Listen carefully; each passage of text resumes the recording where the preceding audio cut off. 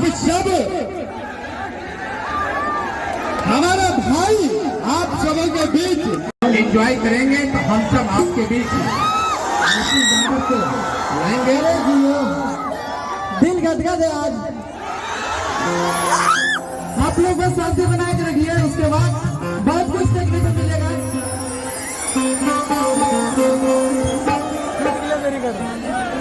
आप लोग शांति बनाइए, शांति बनाइए। उसके बाद बहुत कुछ सुनाएंगे। गाड़ी गाड़ी जाए, गाड़ी गाड़ी जाए।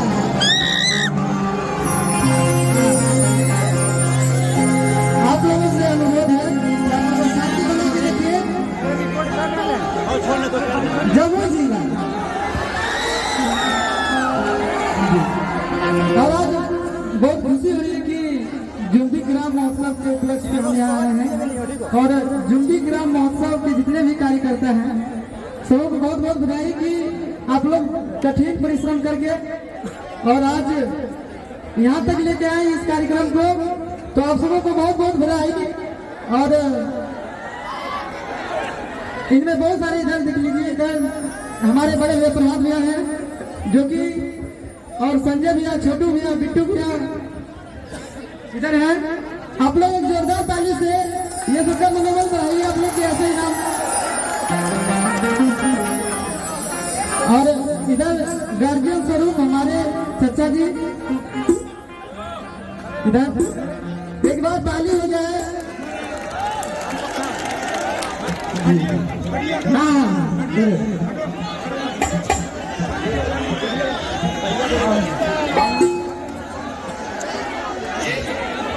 कैसे आप लोग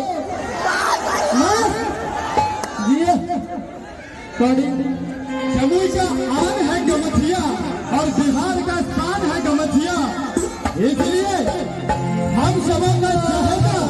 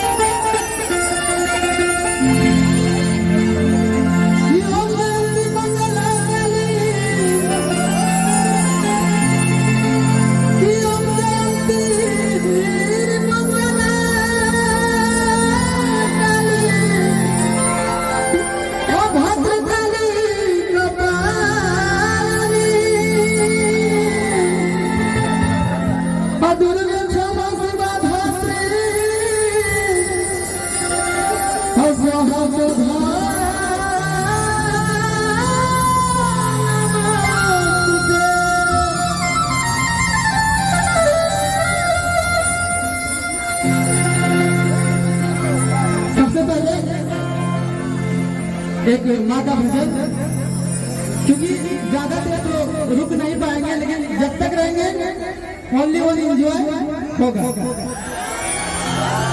जी जी जी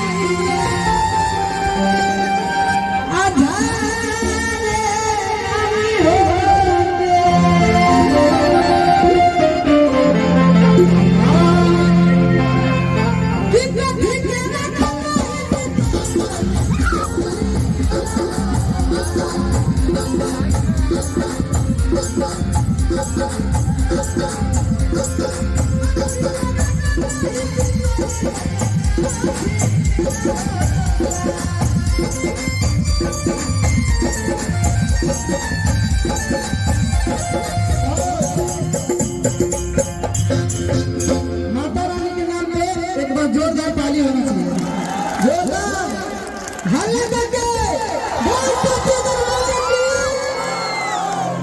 गठिए बैठा